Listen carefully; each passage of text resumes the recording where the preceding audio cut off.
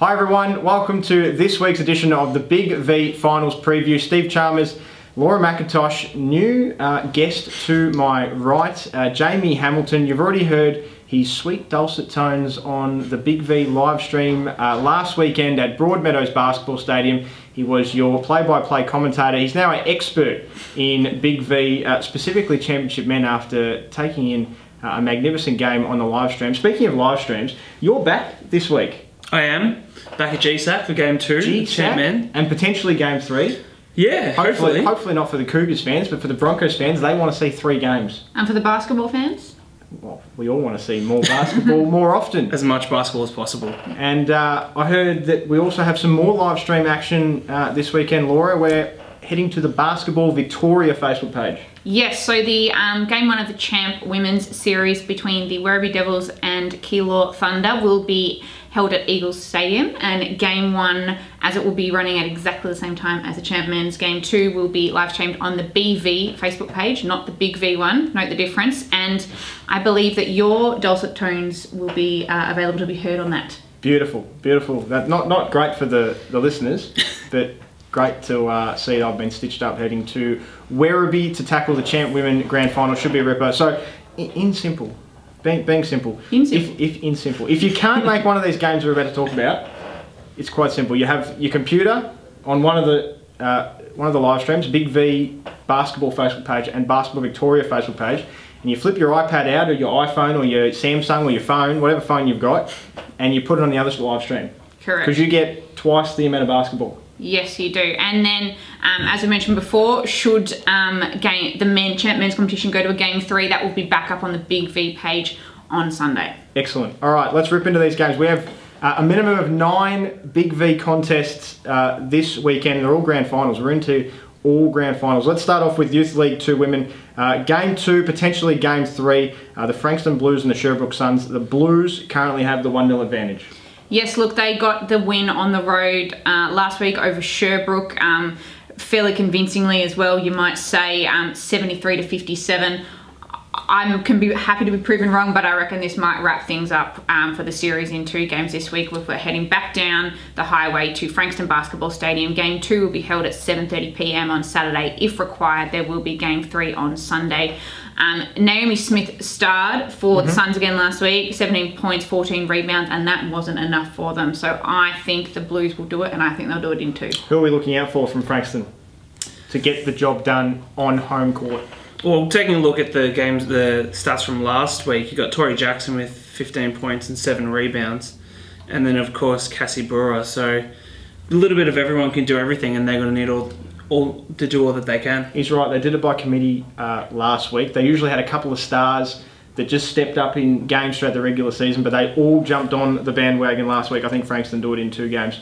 Youth League 2 Men. Collingwood did the job at home at Darebin. They now head to Craigieburn. 1-0 up. Where are we going in terms of the time? We're obviously heading to Craigieburn Sports Stadium. Yep, 6 p.m. on Saturday for Game 2, 12 p.m. on Sunday for Game 3 if required. I got to go out to Darebin on Saturday night for Game 1 of this series. There was a fantastic crowd in, about 400 people, and a significant contingent of that was from Craigieburn. Excellent. So here's hoping the Collingwood fans do the same and head over to Craigieburn this weekend. It was a really fascinating game, to be honest, because Craigieburn really looked to have the upper hand for all of the first half and beyond, and Collingwood, self-confessed slow starters often, just, you know, chipped away. Ath Manuel got a 3-pointer on the 3-quarter time buzzer that put him up by 3 at that final change, and then the last quarter they blew them away 30 points to 7. Ran home. Yeah, so look, if that continues, I would go Collingwood. But I don't reckon Craigieburn done yet. I reckon it could go to 3. Tipping? Well, looking at Collingwood, looking at what they did in Game 1, Game 2 is going to, I would say, more of the same. I've said this all along. Collingwood are super determined to head into the promotion stages and head into Youth League 1 Men. I think this year could be the one where they do it. Yep. Youth League 1 Women. It's the cracker that we've all been waiting for. Keilor and Casey. The Thunder put them to the sword on the road last week. They head back to the Keilor Basketball Stadium this Saturday night, 7:30. To potentially seal it. If they do not, they head back there Sunday at 2 p.m. Last weekend was all one-way traffic. Yeah, Keilor kept Casey to only 15 points in the first half, so you're not going to win too many games when you're not scoring. Did Casey find a way to come back? Oh, look, I think they'll definitely be disappointed with last week's performance and want to step it up a bit. However, I think at home and Keilor will just be too strong. They have made very few mistakes since hitting this postseason, and I think they'll do it in 2. I agree. I think the Keilor Thunder are looking down the barrel of the Youth League 1 Women's Championship. Division 2 Women, that's the Youthies done. Division 2 Women, Grand Final, Game 1. We head to Tin Alley, the Melbourne University Black Angels. They finished first here, but then they don't have home court advantage for the series because they lost to Pakenham in a qualifying final throughout the postseason. So the home court advantage goes to the Warriors. Saturday, 7 p.m, Tin Alley. What are we looking for? Yeah, look, interesting. I actually think potentially Melbourne Uni are a team where that bye hurt them a little bit. They're a little bit out of the rhythm. It was a 10-point loss to Pakenham in that qualifying final, so not huge, but could have been closer as well. So I think Melbourne Uni will win this week, and I think it will tell us a lot about how the series is going to play out. Key players? For the Warriors, well, Stephanie Powell, she needs to be everyone's pal this weekend and get some points. Good. Well played there. Look, I think for Pakenham it's quite simple. You slow down Emmy O'Neill and Amelia Smith, you're winning. You're winning most games. As you said though, they had that bye, just sort of put them out of their funk a little bit. I think they're starting to return to that peak form. I think the Black Angels might get Game 1 on their home deck. D2 Men, Grand Final, Game 1. Camberwell came from 1-0 down to beat Mildura twice at the Bourne High School last week. Was excellent. They now host the Southern Peninsula Sharks in a 1v2 matchup Saturday, 6 p.m. at the Bourne High School. What do you like here? Well, Maxwell Barkley for the Dragons with a triple-double last weekend. Oh, no, sorry, 2 double-doubles, I should say. 34 and 12 and then 22 and 12 on Sunday. So if he keeps that form in, it's going to be tough for the Sharks to do anything. And what about the Sharks? Are we just looking at Troyes?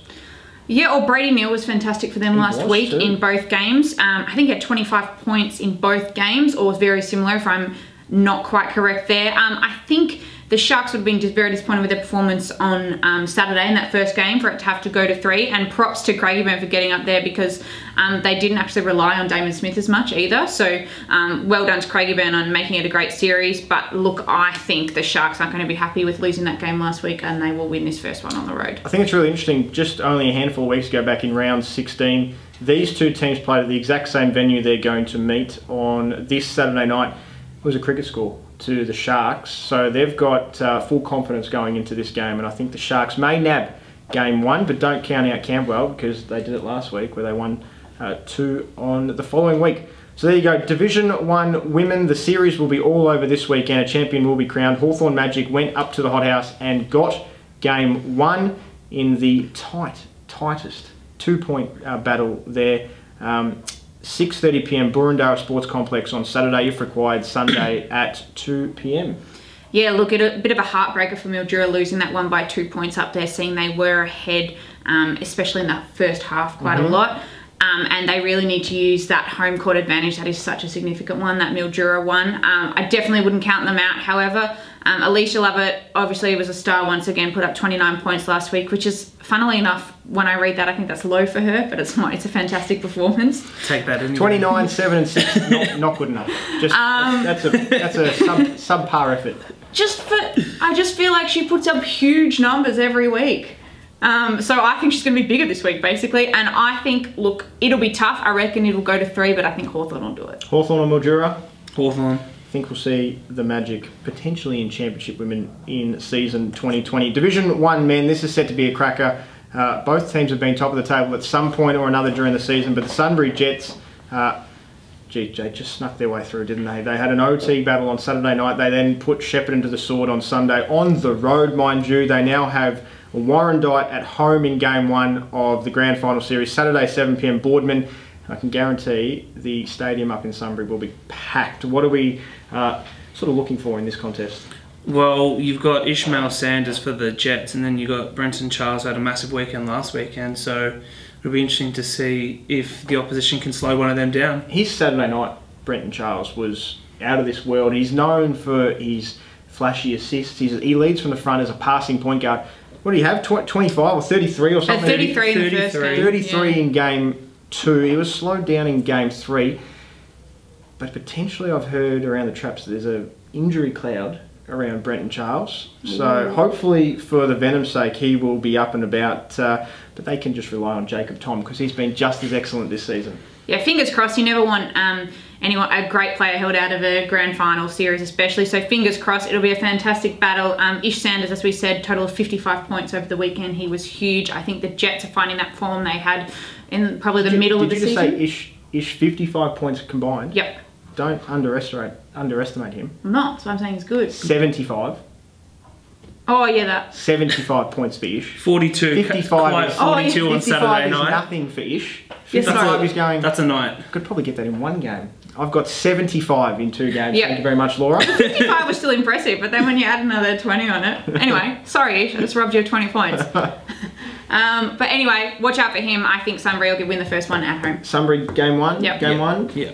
We're going to 3, yeah. I think Warrandyte might pinch game 1. I think Tommy will go off and Brian Moore will have a big double in that one. Championship Women, as we've mentioned already, live stream from 6:55 p.m. Saturday night on the Basketball Victoria Facebook page. Don't forget that, thanks to Sportscast Australia. It's the Werribee Devils and the Keilor Thunder. The Devils upset the Jets last week. Yeah, not many people saw that coming. No, not I. Including you, Steve. No, not one iota. And Keilor, they had the week off. Where do they go from here? They obviously hit the road and they will have some confidence leading into this grand final encounter. Yeah, look, Werribee have had obviously a fantastic but a tough run physically. They've had a couple of really close games to get to this point from that loss to Keilor in the first qualifying final. So I think Keilor will be in tip-top shape, ready to go, and I think Werribee have to win this one at home for it to go to 3. Alexis Violatama had a very good game. I've got to remember this. I'm going to pronounce it correctly. Didn't you say you're just going to call it AT? I'm going to have to pronounce it correctly on Saturday. So if any Werribee fans out there can tell me that I've pronounced it incorrectly, Alexis Violatama, you'll better let me know before Saturday night because otherwise I'll continually pronounce it incorrectly. But she was excellent on the weekend with a double-double and went a long way to defeating the Jets. I think, well, I'm heading down there, so I better be kind. I think the Devils can take game 1. Oh, they definitely can. But the Thunder is going to bring it to them. So, but look, they took Sunbury on the road last week. Are you trying to say the Thunder will create a storm down there? I think they might.